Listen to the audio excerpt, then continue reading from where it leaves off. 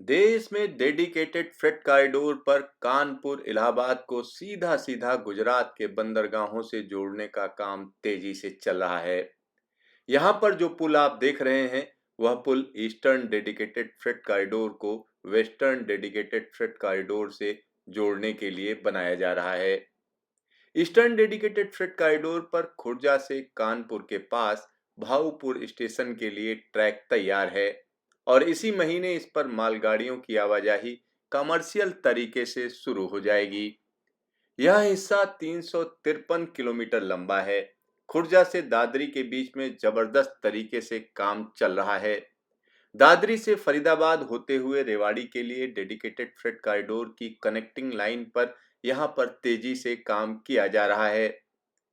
फरीदाबाद दादरी के बीच का नया रेल सेक्शन तकरीबन 30 किलोमीटर लंबा है और इसी रेल सेक्शन पर यमुना नदी पर यह पुल बहुत तेजी से पूरा किया जा रहा है। यमुना नदी पर बनाया जा रहा यह वेब गर्डर ब्रिज है। इसकी लंबाई तकरीबन 550 मीटर है। डेडिकेटेड फ्रेट कॉरिडोर ने इस पुल का नक्शा तैयार किया, किस तरीके का ब्रिज बनाया जाना है, ये सारी बातें की गई और कितनी मजबूती होनी चाहिए, कितना वेट इस पर चलेगा, ये सारी चीजें तय की गई और उसके बाद टेंडर अवार्ड किया गया। टेंडर लार्सन टर्बो को दिया गया। लार्सन टर्बो बड़ी तेजी से इस पुल को पूरा कर रही है। देश की जानी मानी इंजीनियरिंग कंपनी एल&टी ने इस पुल के डिजाइन को देश की टॉप मोस्ट इंजीनियरिंग संस्थाओं से इस पुल के डिजाइन को ओके कराया है। इसमें खास तरीके के स्टील का प्रयोग किया जा रहा है जिसमें जंग नहीं लगती। इस वजह से इस पुल की जिंदगी 100 साल से ज्यादा है। यहाँ पर यमुना नदी के पुल की फाउंडेशन वेल सिंकिंग तकनीक पर है। इस वजह से यह पुल काफी मजबूत है और इस पर 100 किलोमीटर प्रति घंटे की रफ्तार से भारी भरकम मालगाड़ियां चलाई जा सकती हैं। यहाँ पर आप देख सकते हैं कि किस तरीके का दृश्य ये पुल पैदा कर रहा है। ये पुल दिल्ली एनसीआर में है, फरीदाबाद और ग्रेटर नोएडा के बीच में है, दलेलपुर गांव के पास में है। देखिए किस तरीके से इस पुल को बनाया जा रहा है। डेडिकेटेड फ्रेट कॉरिडोर के अधिकारियों के मुताबिक यहाँ पर दिख रहे भारी भरकम वेब गर्डर देश के अलग अलग हिस्सों से लाकर बनाए गए हैं। इस काम को बहुत तेजी से करने के लिए पहले से ही प्लानिंग की गई है। यमुना नदी पर बन रहा यह रेलवे पुल अपने अंतिम चरण में है और 15 दिसंबर तक इसको पूरा कर लिया जाएगा। यानी 7 महीने के भीतर डेडिकेटेड फ्रेट कॉरिडोर का यह पुल तैयार हो जाएगा। रिकॉर्ड टाइम में इस तरीके का पुल बनाने के पीछे मंत्रालय का दबाव है। रेलवे के अधिकारियों के मुताबिक डेडिकेटेड फ्रेट कॉरिडोर के पूर्वी और पश्चिमी कॉरिडोर का काम तेजी से आगे बढ़ाया जा रहा है। दिसंबर के अंत तक ईस्टर्न डेडिकेटेड फ्रेट कॉरिडोर और वेस्टर्न डेडिकेटेड फ्रेट कॉरिडोर के रेल सेक्शन पर मालगाड़ियों की आवाजाही शुरू हो जाएगी।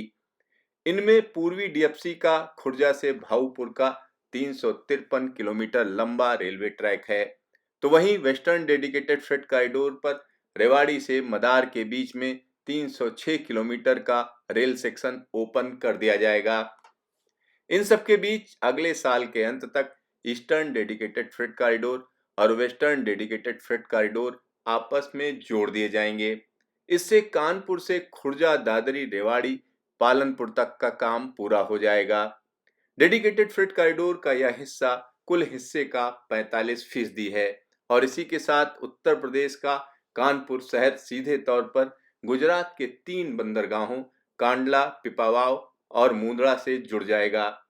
यमुना नदी पर बनाया जा रहा यह रेलवे पुल ईस्टर्न डेडिकेटेड फ्रेट कॉरिडोर और वेस्टर्न डेडिकेटेड फ्रेट कॉरिडोर को आपस में जोड़ने का काम करेगा। यहाँ पर आप देख सकते हैं कि किस तरीके से भारी भरकम वेब गर्डर रखे जा रहे हैं और इनको पूरी तरीके से जांच परख कर ऊपर रखा जा रहा है और इसके लिए भारी भरकम क्रेनें लाई गई हैं। बड़ी बड़ी क्रेनें हैं। आप सोच सकते हैं कि 800 टन से ज्यादा का वजन उठाने वाली क्रेनें यहाँ पर मौजूद हैं। साथ ही साथ 350 टन का वजन उठाने वाली क्रेनें मौजूद हैं और इस वेब गर्डर की अगर हम बात करें तो इसका वजन 160 टन से ज्यादा है। मतलब जो वेब गर्डर लॉन्च किया जा रहा है उसका वजन 160 टन से ज़्यादा है। इस तरीके के हम कह सकते हैं कि 22 स्पैन, यानी 22 स्पैन हैं जिनमें 44 गर्डर लॉन्च किए गए और ये जल्द ही पूरा कर लिया जाएगा, क्योंकि इसमें अभी वेब गर्डर डाला जा रहा है और पीछे से जल्द ही ट्रैक बिछाने का काम शुरू हो जाएगा। और ट्रैक बिछाने के साथ इसमें सिग्नलिंग का काम, ऑटोमेशन का काम, ये सारे काम पूरे होने हैं। इस सेक्शन पर जो रेलवे स्टेशन बनेंगे वो कहीं न कहीं देश के अलग-अलग हिस्सों को, खास तौर पर राजधानी को सीधा-सीधा कनेक्ट करेंगे डेडिकेटेड फ्रेट कॉरिडोर से।